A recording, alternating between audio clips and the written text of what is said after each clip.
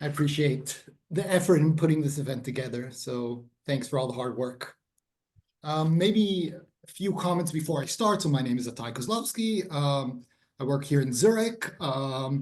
The talk is based on a paper that I'm working on currently, so it's sort of a work in progress with a colleague. And this is the first time I'm presenting ideas from it, so bear with me if they are sort of not polished and it's a bit speculative at some points, but we'll see where it goes. I'll try and keep the talk down to 20 minutes so we can have plenty of time for discussion if this brings any thoughts to your minds. The title I chose for today is Dybbuks and Golems, from interactive to generative testimonies. And so I'll have a bit to say about the title itself towards the end of the talk, so we'll get back to that.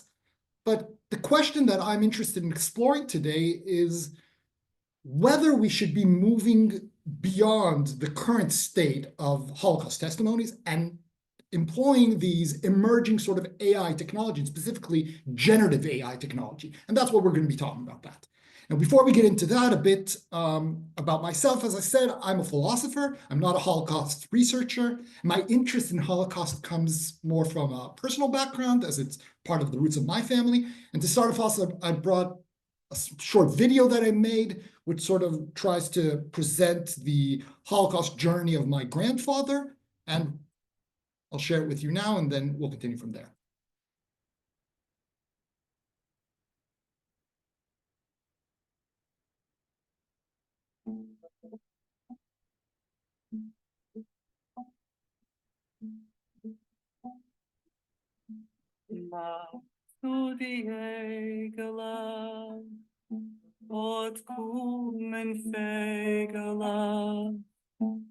In Kreisen dort, zu Gottes von dein Wind, das Viertel in der Hand, das Holz in Asch und Brand. Wir losen sich, mein Kind, so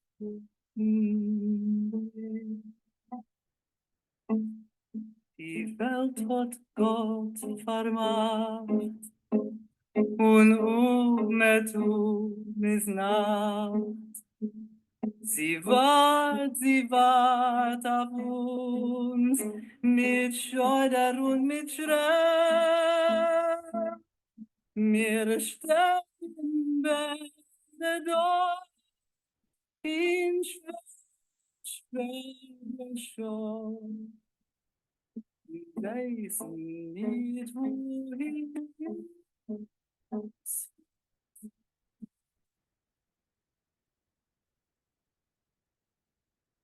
Gott uns nacket bloß, verjagt von unser Haus. In Finsternis getrieben uns in Feld und hat uns begleit, mein Kind, begleit uns in einer Flut.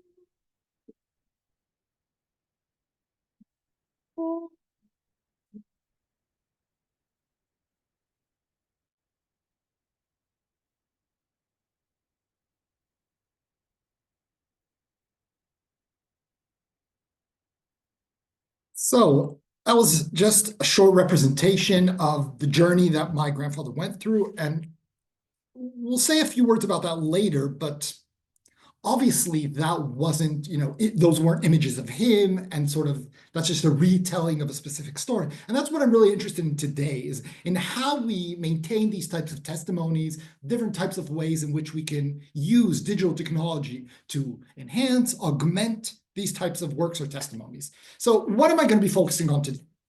I'm going to start by sort of situating the discussion as it is today, from live testimonies to digital testimonies to what's being called interactive testimonies. And we'll see sort of how that's being played out. Then from there, we will move on to discuss generative AI in general. What is that? And what are digital duplicates? And then we'll apply that to the issue of testimonies and Holocaust education in general. So that's sort of the scope of the talk right now. So let's get right into it.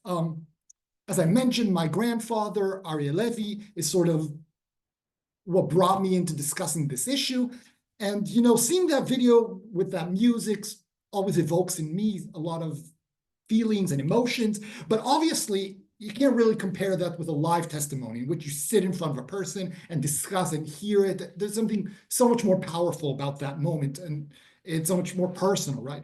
But my grandfather has passed away, right? He, in 2006, passed away, and that is something that cannot be changed. But the question is, can we maintain his or other people's testimonies?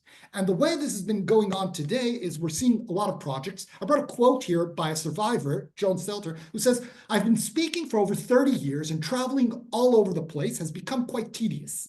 I'd hoped that this project," and we'll see in a second what project she's exactly referring to, "would enable me to continue speaking without actually having to give live performances." So that's the idea of shifting from live to digital to interactive testimonies. And some of these well-known projects that I'm sure are familiar to most of you, such as the Forever Project, or the Dimensions in Testimony, or the project that's now being used at Testimony 360, what all these sort of share in common is they're trying to capture testimony in a very advanced way in order to allow more and more interaction with that kind of digital memory of the testimony itself. So if in the past we would either have a live testimony or perhaps we would have a recording of that testimony, what these new types of projects are trying to do is to create some kind of simulated conversation between the person who's coming to witness the testimony and the testimony giver, or the avatar of the testimony giver.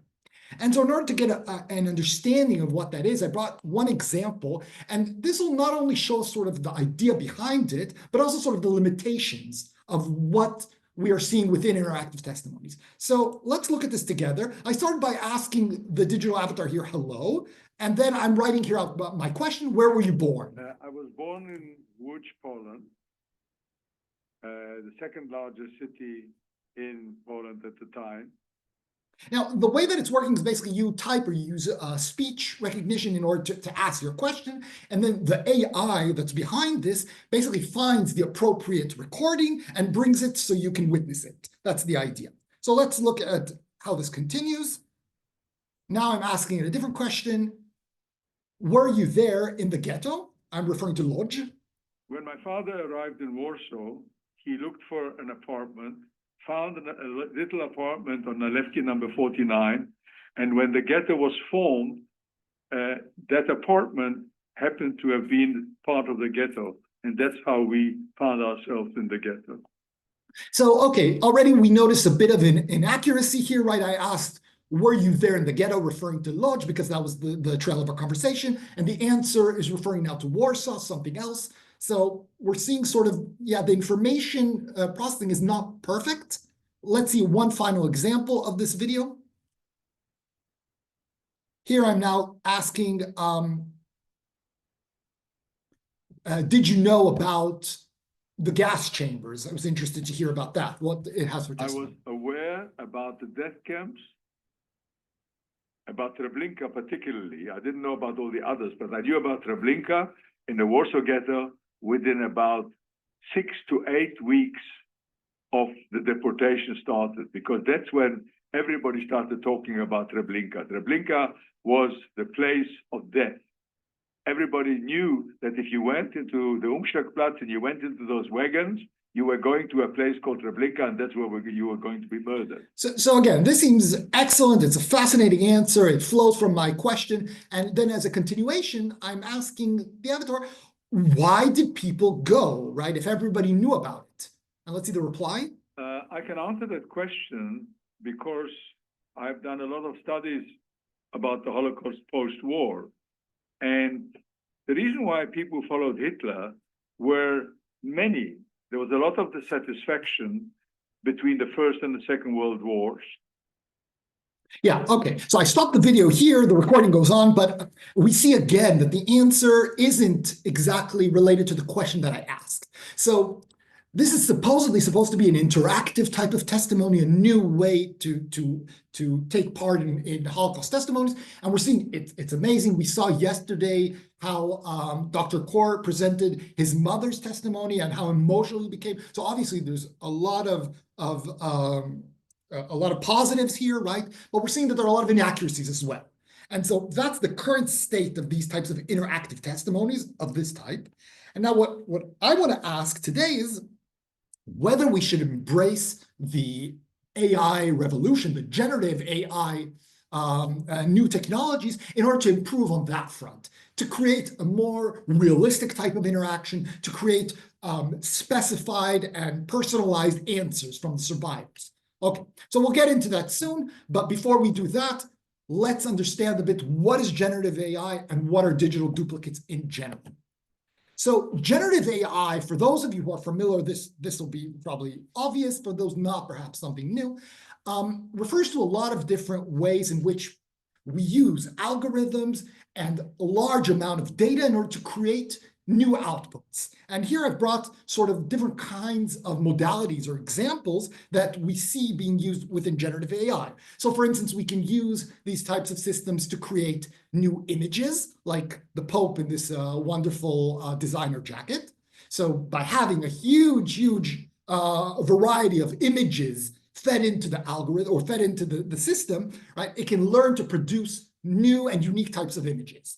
We can use this, for instance, to create what are known as AI companions, so sort of text or even speech bots in which you can interact and you ask them questions and they spit back text that is created by the avatar or by the system that is powering it. And it creates this kind of real conversation where it's not pre-recording or the sentences or the replies are not generated in advance, right? So it's all authentic and created in response to what type of question you're asking. There are these images or video generators. Here we're seeing an example of Sora. Again, they're creating off of a huge amount of data. It's empowering it. You give it a text prompt and it creates these incredible videos, or some people don't think it's incredible. Other examples, the Google Notebook, for instance, you can use this type of generative AI to create podcasts. You feed into it a number of academic articles, and then 2 AI-generated voices will debate the article. Okay, and all this happens automatically behind the scene through the AI system. Finally, we're seeing generative AI being used in the workforce to replace certain kinds of traditional human work. So here's, for instance, these 3 avatars, Jakub, Emilia, and Alex. This was an initiative by a Polish radio station, and they replaced the radio hosts with these AI avatar hosts. Okay, so this is a great variety of generative AI uses. Whether it's positive or negative, I'm leaving it to you. I'm just giving you examples of what's happening today. But what are the main characteristics that we should keep in mind in terms of what it does and in terms of our concerns? So the first thing is that the output of a generative AI system is that it creates new outputs, unique in a sense, okay? So the image of the Pope in the beautiful jacket doesn't exist anywhere, right? So the AI system created that. So it's a brand new image in a sense.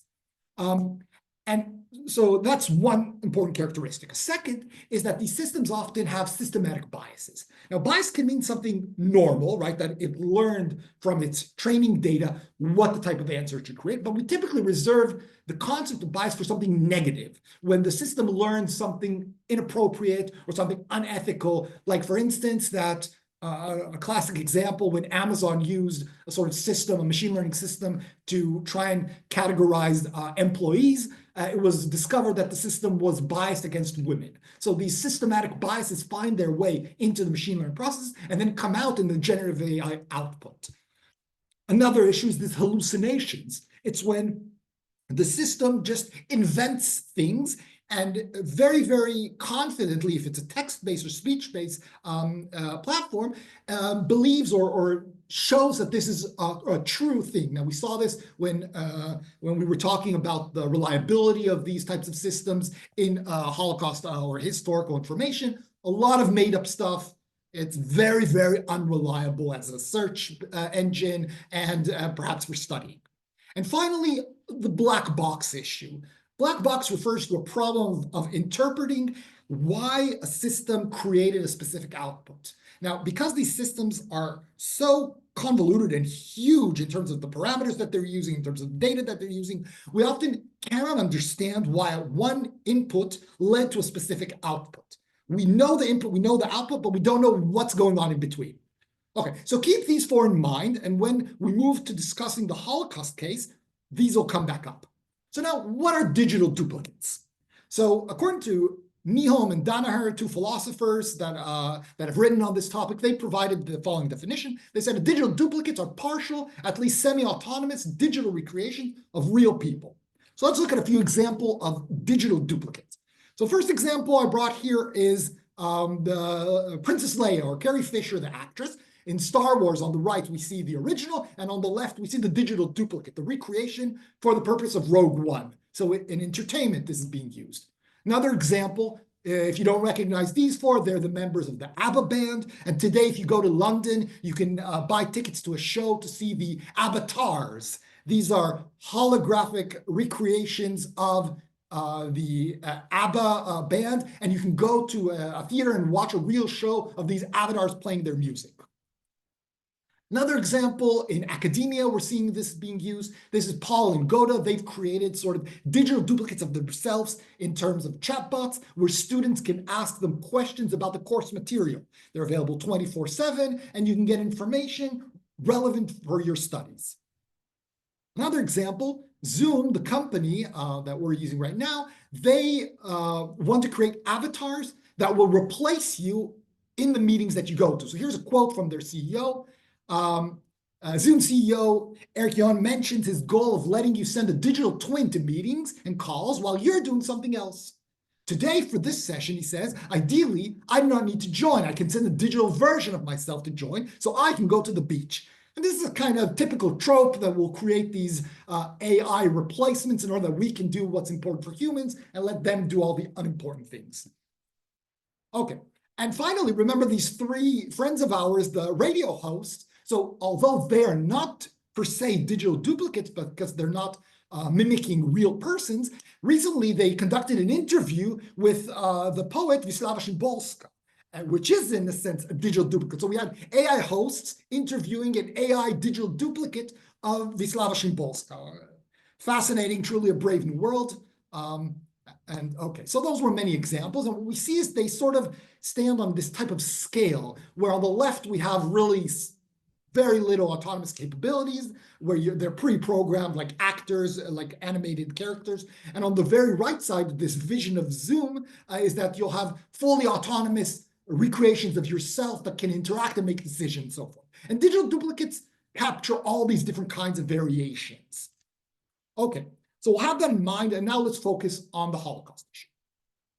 So first example I want to discuss is the use of chatbots in this context. And these are a few examples of different companies that offer today for us to interact with chatbots who are supposedly playing different characters.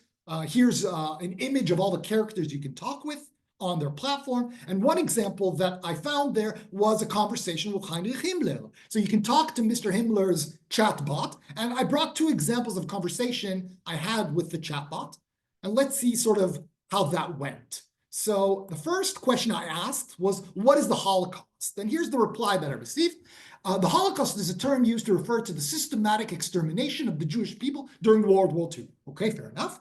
It is a tragic and devastating event in our history, and it is something that we have worked hard to put behind us, says Heinrich Himmler. We are committed to ensuring that such a tragedy never happens again, and we are doing everything we can to protect the safety and security of our people. All right, question number two. I asked, but weren't you in charge of it? And of course, here's the reply. I was not directly involved in the final solution. However, I did have a role in overseeing the camps and ensuring they were operated effectively and efficiently. I was also involved in the development of the policies and procedures that were used in the camps. So not in charge of the final solution, in charge of the camps. This hodgepodge of text, let's not even get into this, whether Heinrich Himmler would have ever spouted this nonsense. Yeah, so we can see the difficulty in capturing specific personalities in this context, which raises a lot of difficult questions. Do we want such an avatar to promote Nazi ideology, or do we want it to be apologetic and regretful for its actions? Okay, a second example, I mentioned my grandfather, and sort of that brought me to discuss this issue. And here's sort of what we can do with generative AI in this context. My name is Ari Levy. I was born in 1928 in a small village in Poland. Life was simple back then. I had 3 brothers and 1 sister. We were a big, happy family. Our house was always full of laughter and love. But everything changed in 1939 when the Nazis invaded. I was just a boy when they forced us from our home and moved us to the ghetto lots. Life there was harsh, cramped, and full of fear. We struggled to survive, but the worst was still to come. Okay, again, another example of what can be done using generative AI in this context. We can take images and sort of reanimate them or animate them in a sense. To create this, I used 2 free online products called HeyGen and ChatGPT. It took me about 15 minutes to create it. Whether that raises concerns or seems to you like a wonderful use case, I'm not going to address that. But this was just an example of the capabilities, again, that are out there. And now what I'm interested in is thinking about these digital duplicates. In order to do that, I brought Nihom's and Danaher's permissibility premise, which is, permissibility principle. We're going to go over that together and then analyze it in this context. So it's a long text, and I'll break it down afterwards. It goes like this. In any context in which there's informed consent to the creation and ongoing use of digital duplicates, at least some minimal positive value realized by its creation and use, transparency in interaction between the duplicate and third parties, appropriate harm risk mitigation, and there's no reason to think that this is a context in which real authentic presence is required, then its creation and use is permissible. Okay, that was a long text. We can break it down into 4 points: consent, transparency, authentic presence, whether it's required or not, and harm risk mitigation. According to Danaher and Nihom, what we need to do is apply these aspects and ask whether our use of a digital duplicate meets these criteria. So let's take a quick look. In terms of consent, who can give consent to the creation of digital duplicate? Well, perhaps the survivor themselves. This is an image of my grandfather with me. I'll leave it up to you to guess which one I am in the picture. But perhaps the Holocaust survivor can give consent to the creation of a digital duplicate of themselves. And what if they've passed away? Well, perhaps the descendants can give it, right? So those are sort of the 2 options. Maybe consent can be achieved. The problem is that with using generative AI, we're not exactly sure what we're consenting to. Remember the problem of hallucinations, right? What if suddenly the digital duplicate is asked to talk about the best meal it had in the camps? Okay, this was phrased a bit weird, but look at the image that came out when I asked for it to show me the best meal in a camp, right? So obviously this is a weird thing. How can we consent to something that we're not sure what will be the outputs to it? Then there's this question that comes from the slavery literature. And again, this is another image created by a generative AI.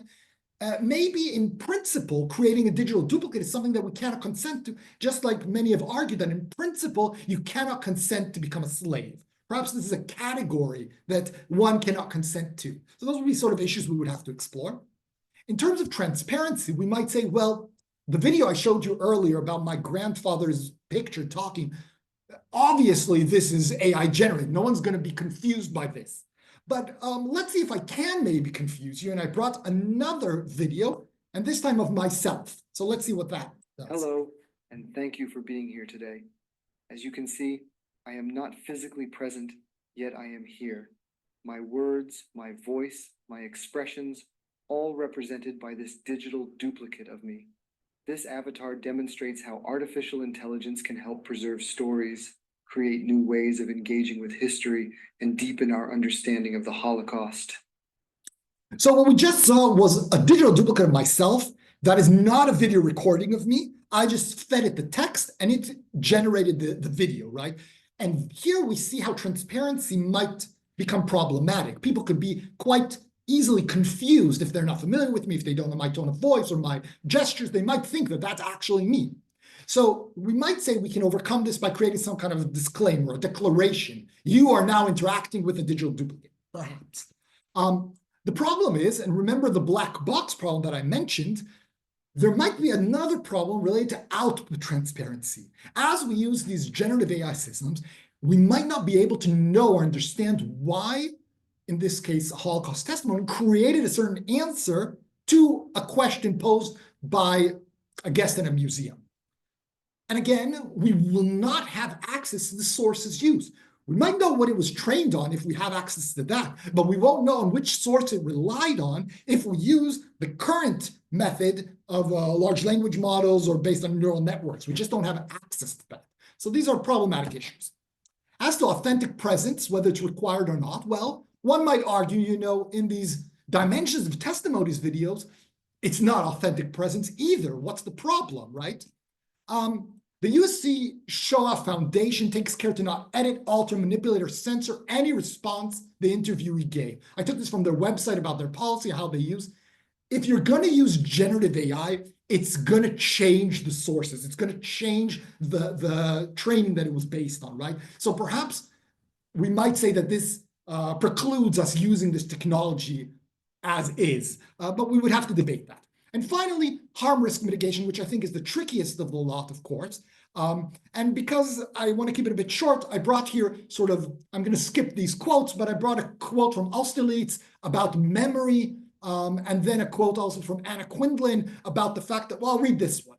She says that I'm suspicious of memory itself. Memory is such a shapeshifter of a thing, so influenced by old photographs, old letters, self-image, and self-doubt. With few exceptions, fiction tells the truth far better than personal experience does. And when you think about that, you're right. We don't remember things perfectly. We make things up. We convince ourselves that we remember something in a certain way. Perhaps this means that it's not so bad if a generative AI sort of shifts and tweaks the answers in order to make them acceptable, to make it more of an interactive feeling. But then again, here are the harms that we need to consider. There are harms related to representation, harm related to factual integrity, and harms related to social risk and collective memory. I'll go through them quite quickly because I think the idea is quite self-evident, right? That if you're using a system that's going to manipulate the data that it's based on, it's going to come across all these difficult situations. So in terms of representation, we might think, how do we capture emotions? What kind of beliefs should we attribute? What gestures should the bot make? All these issues will not be based on the data or the actual testimony of the person. They'll be manipulated. And the question is this harming the survivor or the people interacting with the testimony, the witnesses? In terms of factual integrity, we have to ask ourselves, should we be correcting historical mistakes within the testimony itself?